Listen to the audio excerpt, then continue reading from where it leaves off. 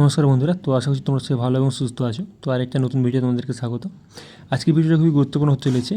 তো RRB group ডির জন্য সামনে এক্সাম আসছে, তো 9 তারিখে ফর্ম ফিল আপ চলছে। যারা এখনও ফর্মটি ফিল আপ করো না, তোমরা আশা করছি তোমরা ফর্মটা ফিল আপ করে নেবে 9 তারিখের মধ্যে। তো আজকে যে আলোচনা হচ্ছে এটা হচ্ছে আরআরবি গ্রুপটি খুবই, আমি যে 30টা তোমাদের জন্য কোশ্চেন নিয়ে এসেছি, ভেরি ভেরি ভেরি ইম্পর্টেন্ট, তোমরা গ্যারান্টি সহকারে দেখে নাও। তো আমি এখানে বলে দিচ্ছি যে 100% খুবই গুরুত্বপূর্ণ কোশ্চেন, 30টা কোশ্চেন যে বাংলা ভাষায় আমি নিয়ে এসেছি তোমাদের জন্য।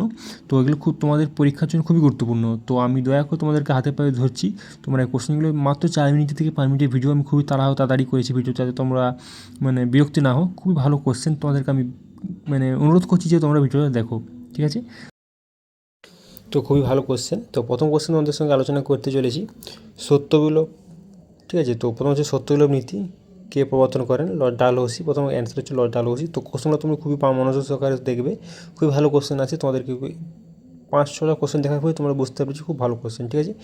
তো দ্বিতীয় হচ্ছে নর্মদা নদীর উৎপস্থস্থল কোথায় বা উৎসস্থল কোথায়? তোমরা যদি বলতে চাও, তোমরা অ্যান্সার করবে হচ্ছে অমরকণ্টক মালভূমি।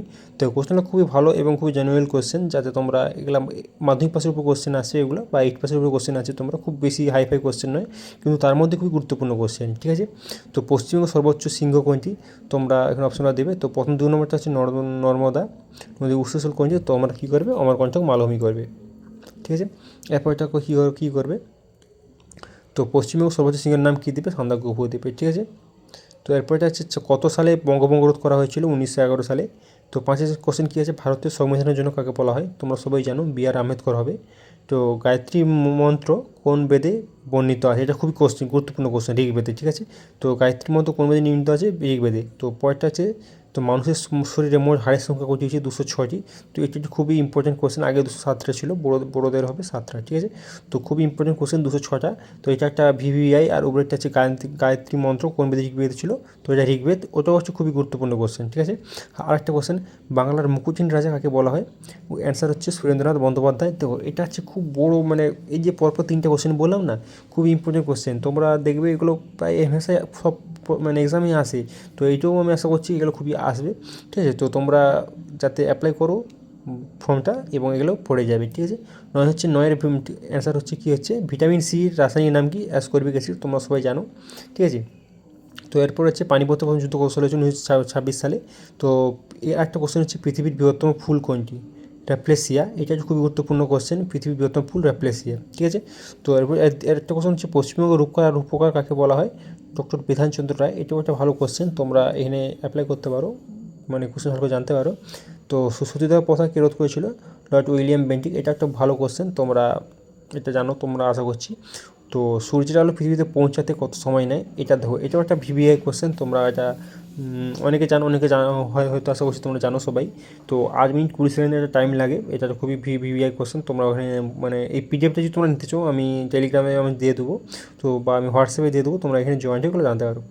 তো কম্পিউটারের মস্তিষ্ক কাকে বলা হয়? সিপিইউর ফুল নেম তোমরা জানো, সেন্ট্রাল প্রসেসিং ইউনিট। তো এটা খুবই ভালো কোশ্চেন একটা। তো 16 কোশ্চেনটা হচ্ছে ডুরান্ড কাপ কোন খেলার সাথে যুক্ত? ফুটবল হবে, ঠিক আছে? তো বায়ুর চাপ মাপার যন্ত্রের নাম কি? ব্যারোমিটার। এটা তোমরা সবাই জানো। তো কততম সংশোধনীতে ভারতীয় সংবিধানে মৌলিক কর্তব্য যুক্ত হয়? এটা একটা ভিভিআই কোশ্চেন, ঠিক আছে? এটা এক্সামে আসতে পারে। 42তম সংশোধনীতে মৌলিক কর্তব্য যুক্ত করা হয়, ঠিক আছে? ব্যাঘ্র প্রকল্প পশ্চিমবঙ্গে কোন জেলায় অবস্থিত? ঠিক আছে, এটা হচ্ছে আলিপুরদুয়ার। যে লোকসভায় পশ্চিমবঙ্গ থেকে কতজন সদস্য নির্বাচিত হয়? এটা একটা ভিভিআই কোশ্চেন, 42 জন হবে। লোকসভায় পশ্চিমবঙ্গ থেকে কতজন সদস্য নির্বাচিত হয়? 42 জন। তো গান্ধীজি দক্ষিণ আফ্রিকা থেকে ভারতে কত সালে ফিরেছিলেন? 1915 সালে। এটাও একটা ভিভিআই কোশ্চেন।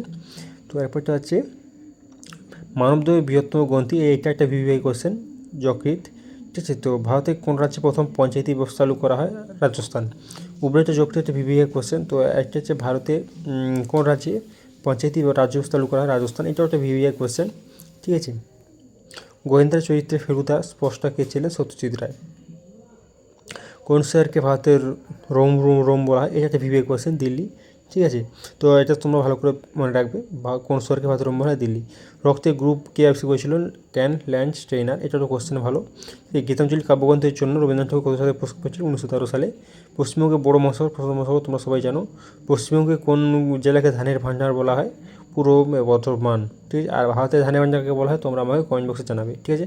তো দেখো কোশ্চেনটা খুবই ভালো ভালো কোশ্চেন আছে, তোমরা আমি 30টা কোশ্চেন যেহেতু তোমাদেরকে দিয়েছি, তো খুব ভালো কোশ্চেন। তো আমি জানি যে তোমাদের ভালো কোশ্চেন বা ইলেকট্রিক ভার্বের তোমরা সবাই জানো এই যে, ঠিক আছে। তো দেখো কোশ্চেন খুবই ভালো, আশা করছি তোমরা ভিডিওর প্রথম দেখছো। তো কোশ্চেনটা কেমন লেগেছে আমাকে কমেন্ট বক্সে জানাবে।